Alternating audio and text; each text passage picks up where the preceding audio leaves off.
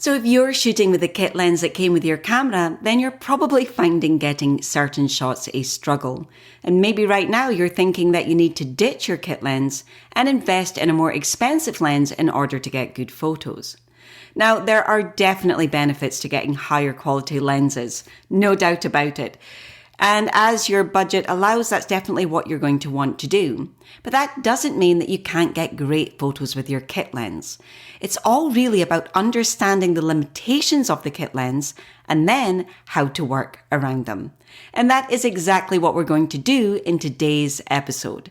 I'm going to go into the pros and the cons of your kit lens so that you understand the limitations. And then I'm going to make this really actionable by giving you 5 things that you can do right now to dramatically improve the photos that you get with your kit lens.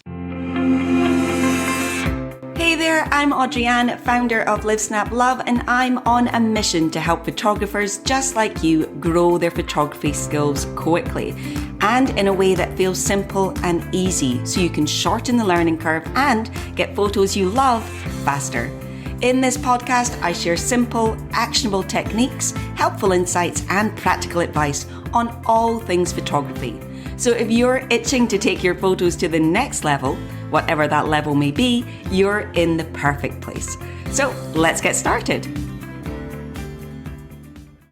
Now, before we dig into the meat of this episode, let me briefly explain exactly what a kit lens is, just for those who are maybe just starting out and are brand new to photography.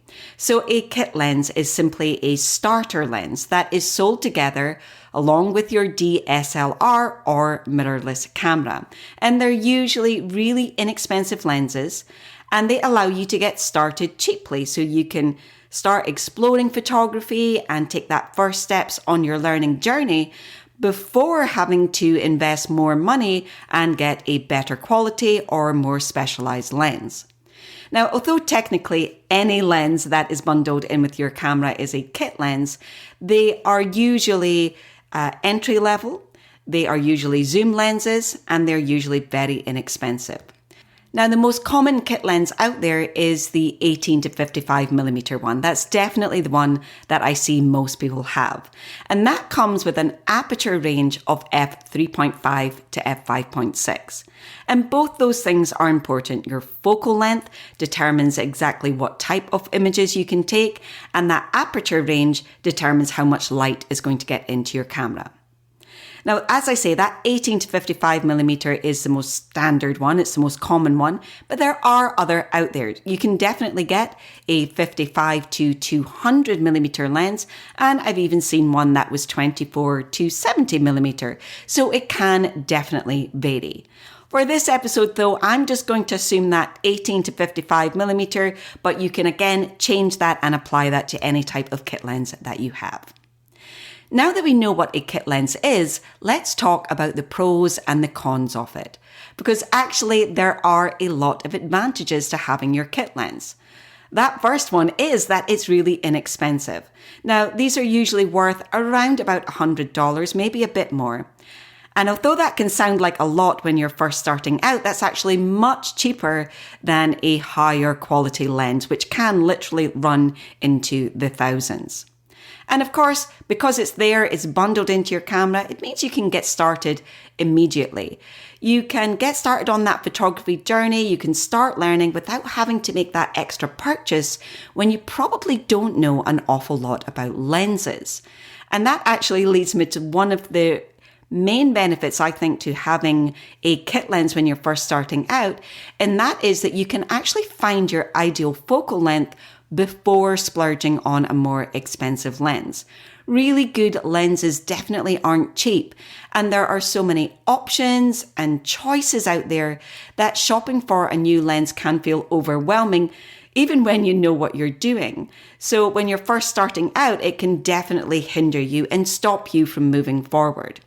It also doesn't make sense to spend thousands of dollars on a lens when you're not yet sure what you'd like or how to make the most out of it. And the final benefit to them is that they're small and lightweight. And that means they're ideal for starting out and ideal for taking with you on just everyday trips, just throwing them into your bag, or also perfect for traveling. So I know many people who have gone on and purchased more expensive lenses, really got that higher quality lens, but they still take their kit lens with them when they're going on holiday because it's a really easy lens to throw in your bag. And it's versatile. That 18 to 55 millimeter is a really good range of focal lengths because you can take many different images with them, from landscapes to portraits. But as you grow and evolve as a photographer, you are likely to find yourself bumping up against the limitation of your kit lens and becoming frustrated as you try to get certain shots, but they just don't work out. Which brings me to the cons of your kit lens. Now, the biggest con for most budding photographers is definitely the limited maximum aperture of the kit lens. Now, if I take that 18 to 55 millimeter as our example, the largest aperture you can get with that is 3.5. And even that is only when you're shooting at 18 millimeter.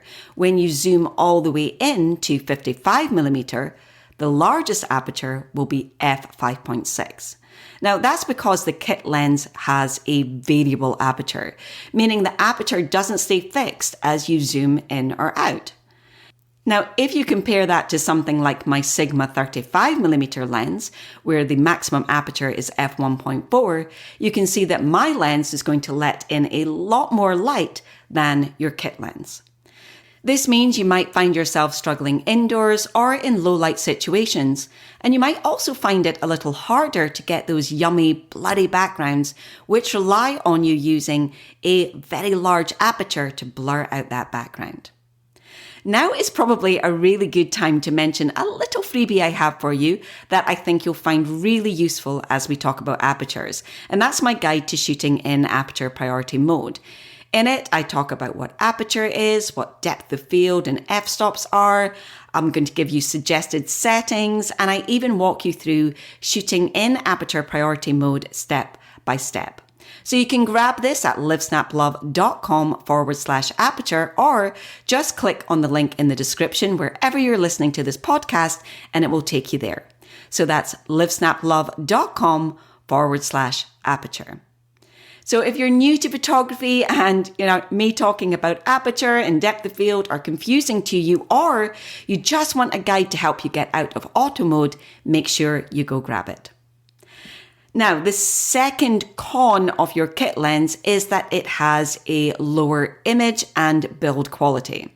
So no matter what way you slice and dice it, the quality of the kit lens just isn't as high as those higher level, more specialized lenses. You do get what you pay for in this instant. There is a difference in image quality between a $100 lens and a $1,000 lens.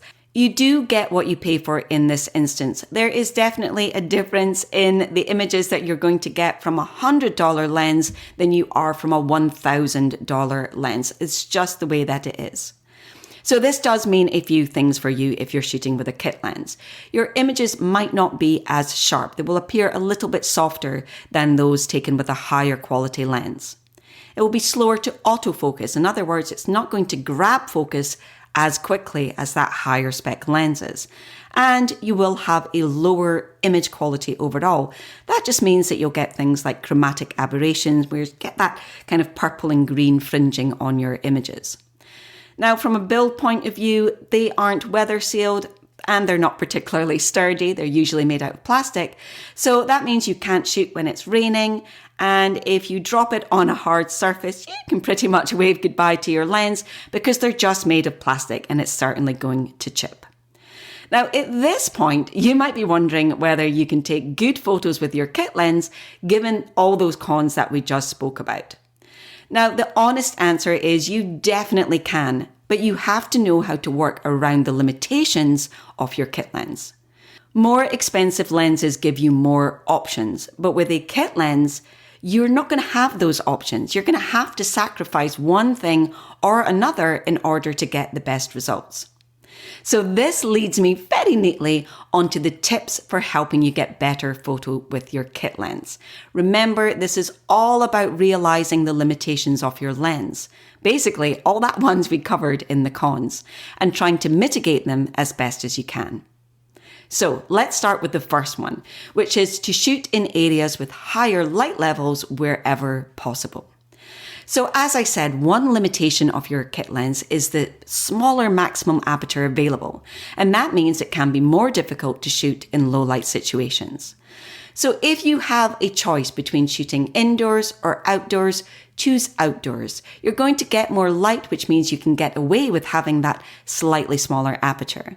So as an example, let's say you wanted to take some portraits of your kids. Don't attempt to take them indoors. Go take them to the garden or to the park or to the beach. And you'll not only get more light, you'll get some really nice backgrounds to have in your shots as well. Now, if you do find yourself having to shoot indoors, try to do it with as much natural light as possible. So move your subject closer to the window or find a room that has a really large window, maybe like a patio door. In fact, you could even open up the front door. That can get amazing light to come into the house as well.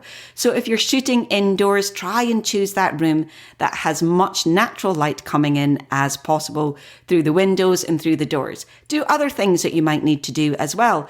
Pull back the curtains, pull up any blinds. Try and get as much light in as possible.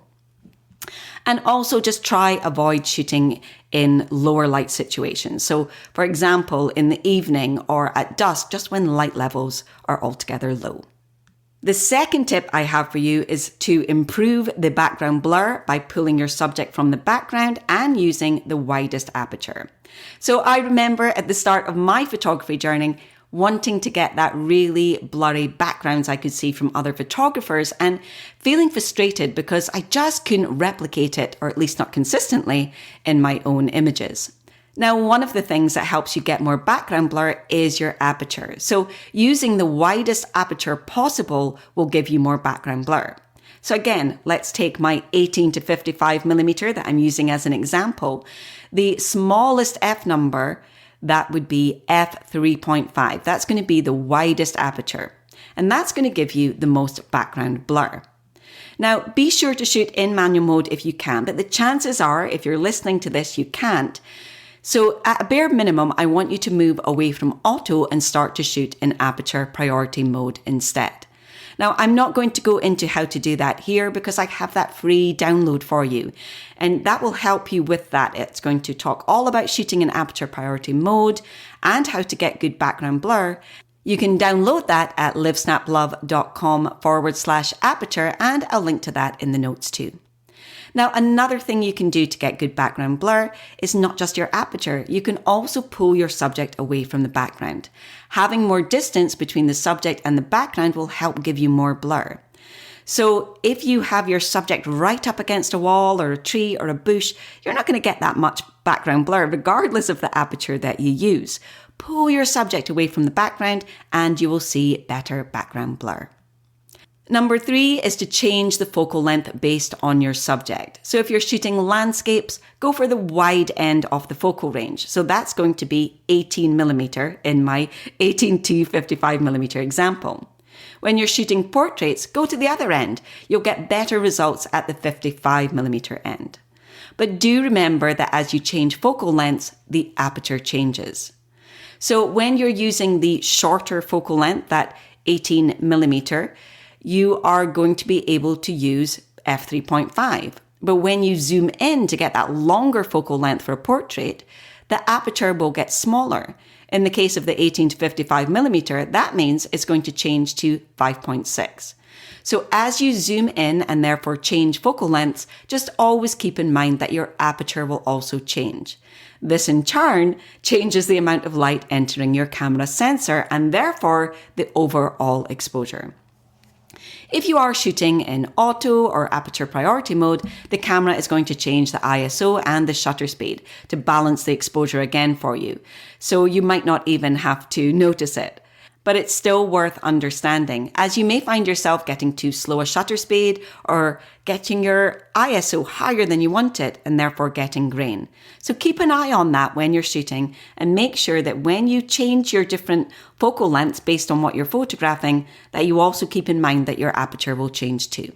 Again, download that freebie I have for you, talk about this in a lot more detail. Now, number 4 is avoid using the smallest and widest apertures. So if you remember, another con to the kit lens was the optical quality, and that your lenses isn't going to be as sharp as some of that higher end lenses. And this is where some of our trade-offs again come into play.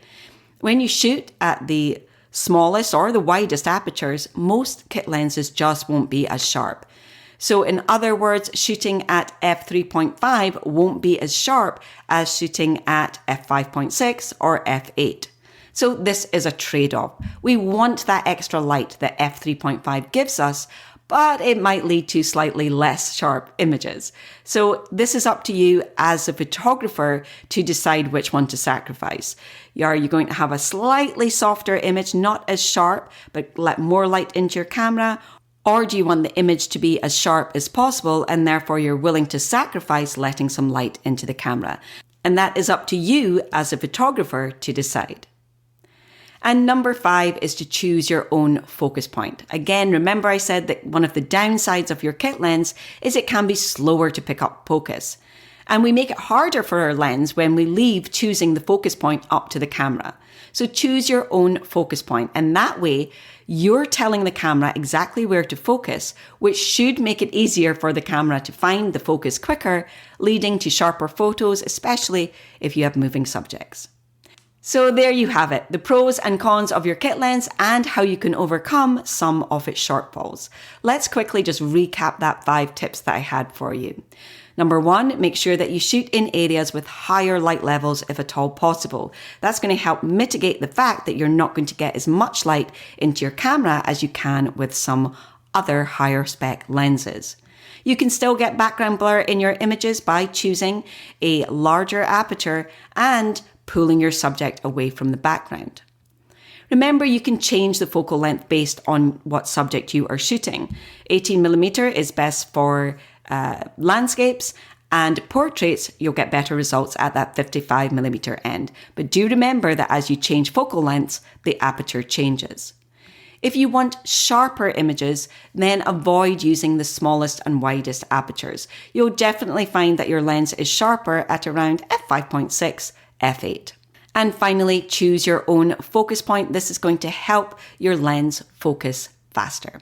Now, before you go, don't forget to grab that free resource, the Aperture Priority Cheat Sheet, which will help make this really actionable for you. Now, thanks so much for joining me, and I sincerely hope you loved this episode and that you got a lot of takeaways from it. I will see you next week. Bye for now. So that wraps up this week's episode of Photography Made Simple. I'll be back at the same time, same place next week. But if you want more, head on over to livesnaplove.com/podcast, where you can find all the resources and the downloads mentioned, plus a whole lot more. Finally, if you enjoyed the podcast, please be sure to subscribe, and that way you won't miss an episode. Thanks so much for joining me, and I'll see you again next week.